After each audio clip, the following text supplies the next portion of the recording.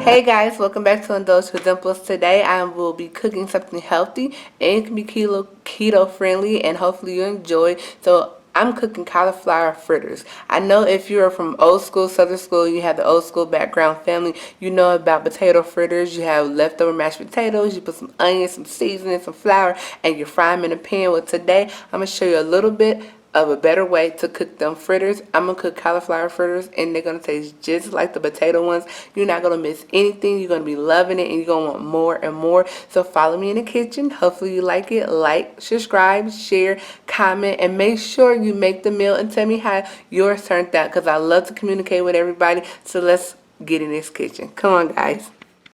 Alright guys, welcome back to Indulge with Dimples. So like I told you in the intro, today we're going to be making cauliflower fritters. So if you ever grew up with some southern folks or your family's southern, you know about the potato fritters. You use leftover mashed potatoes and you add some onions and flour and you got you a patty. So I'm going to do the cauliflower, which is low carb, keto friendly. You can follow along or you can substitute some things if you do not like certain things I'm using. Now I'm using regular flour, but you can use almond flour to substitute this, but I didn't have any and you know I was about to go out and get any, but I'm low carb for the most part. So I have a head of cauliflower and you can use the frozen cauliflower in the bag or you can use the fresh ones that are in the bag cut up, or you can go and get a head of cauliflower, cut it up yourself. It's cheaper.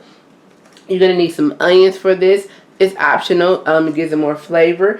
You're going to need a cup of flour or you can use almond flour. Up to you. You need 2 eggs. You need a food processor, but if you don't have a food processor, you can always use your blender, which I'm going to show you how to do that as well. And you're going to need some baking powder. Not baking soda, but baking powder, okay?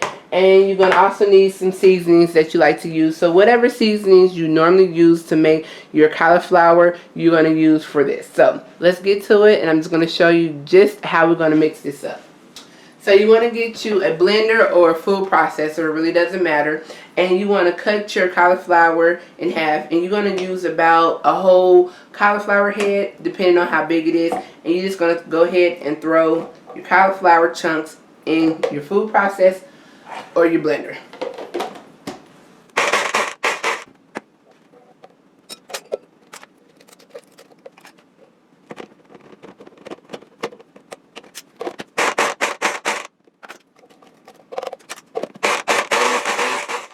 Alright, so I will do this in batches if you have a blender and not a food processor.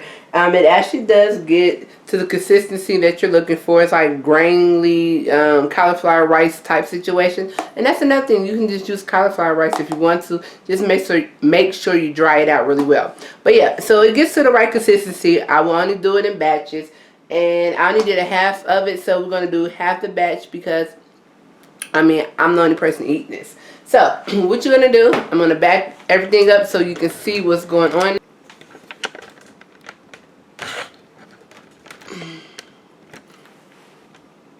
Alright, so everything came out really good. I just did it in batches. You can use cauliflower rice if you like. Just make sure you let it sit out and dry as much moisture out of it as possible before it can bind. So now you just want to get you a nice little bowl. And you want to take half an onion, which is optional if you like, and you want to put that into your bowl. Then you want to go ahead and use a half a cup of AP flour, or you can use almond flour and dump that in there as well. You want to go ahead and take your cauliflower and you want to dump it into your bowl. If you have any chunks like I have, just take them right on out and you can blend them up later on. So I have a few little chunks on top, but no need. We're not going to stress about that. And dump that in your bowl as well.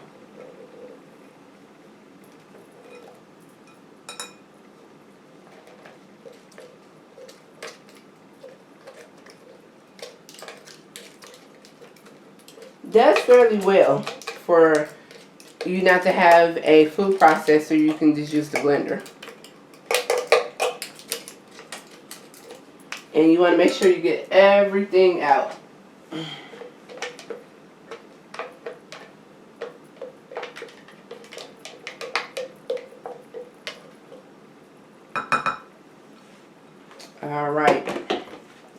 Gonna move that to the side. And then you want to go ahead and crack your 2 eggs inside your mixture.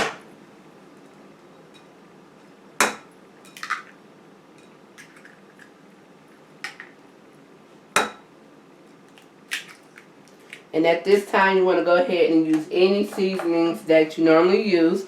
I'm going to use some garlic and herb seasoning right here. I'm going to be generous because I want these to have a lot of flavor. And you can also go ahead and put cheese in these if you want. But I think I'm going to garnish the cheese on the outside of them. And last but not least, you need to have a half a teaspoon of baking powder. And this is a half a teaspoon right here. And this is what it looks like on the handle. So let me turn it around for you. You can see. And that's what you're going to use for your baking powder. And make sure you level it off correctly.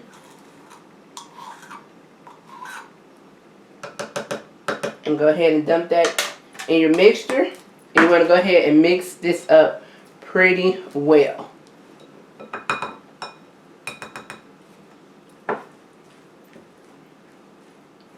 And it should start combining like a pancake mix, like a thick pancake mix. You want that type of texture. And then once you have everything combined, we're going to move to our second step. You want to preheat your stove top, and you want to get you some olive oil or some canola oil, or maybe some Pam if you like, and get you a nice skillet pan. You can get you a cast iron skillet if you want that real crispy crunch on the outside, or you can just use a non-stick pan, either one. And you want to get that preheated right now. And as soon as these are done mixing, we're going to go ahead and drop these fritters in there. And we're going to have us a nice little meal. So continue to mix this up until it forms together in a really good ball. Make sure you scrape everything, the sides and the bottom. Now mine's turned this color because of the seasonings that I was using. It just depends on what kind of seasoning that you're using. And then also we have the egg in here as well. Alright. You can never over mix this because you want it to combine. And I wish you could smell this because you'll be amazed. Alright, so this is what your binding agent should look like once you combine everything together. And just like I tell you, let's get that oven preheated. Well, the stovetop preheated with our pan. And we're going to drop these babies. Alright guys, so now we're about to prepare our cauliflower fritters. So you just need a pan, and I have one of these non-stick pans, but I'm still going to put a little bit of oil. You can use vegetable oil or canola oil or whatever oil you normally use.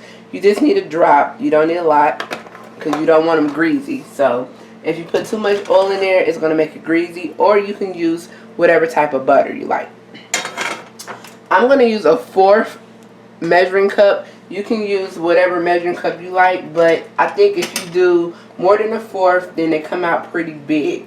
They already come out big as it is, so I want to use a 1/4.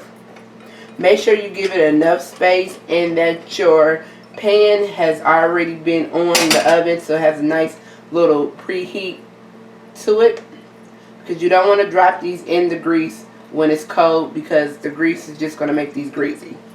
And all you want to do is make sure that your non-stick pan or cast iron has enough oil in there or butter, and you just want to drop it.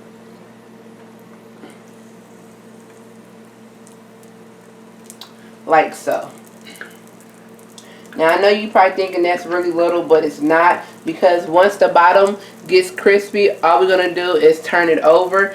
And once we turn it over, we're going to pat it out, and it's going to be a little bit bigger patty. So give it just a few seconds, probably take a minute on one side to cook, and then you're going to flip it over on the other side, and it's going to take a minute and a half, and then it's done. Then I'm going to show you what they look like, and we're going to dress them up. Alright, so at this time you let it cook for about a minute on the other side. You're just going to nicely flip it over, and you're going to pat it down so you can get you a nice round circular fritter. And you see it has that caramelization on top. If you want it a little browner, all you have to do is just let it sit and cook a little bit more. And voila, you're going to have your nice little fritter. So we're going to let that cook for a minute.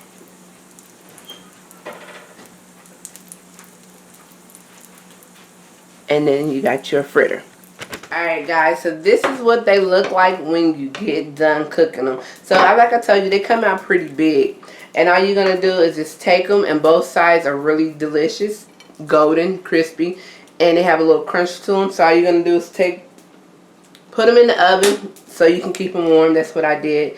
And all I'm going to do is just decorate my plate for y'all. And you can enjoy what they're looking like. Now these are good just to dip in like some type of your favorite sauce. I would say a creamy sauce you can use. Some creamy sauce you might want to use to dip your fritters in. And if you grew up with a country southern family, you know what potato fritters taste like. And these are just right beside them. These are the cauliflower fritters. And all I did is just took some sour cream and some ranch seasoning, the chipotle kind, and I'm just going to mix it up. Like so.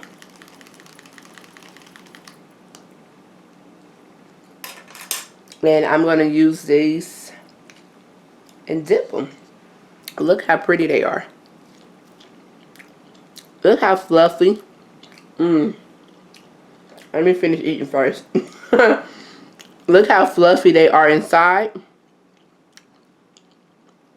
I'm not for sure if you can see the steam or not. But these bad boys are delicious. So once again, every Sunday I'm dropping a cooking video for you. And I'm showing you how to be resourceful with all of your food, so that the kids, your husband, your wife, you yourself can try something different and new. And I'm telling you, if you try these, your family is going to love them. They're going to be the hit in the household. So until next time I see you Sunday, make sure you like, subscribe, join, and share the video. And make sure you come back every Sunday for a new video.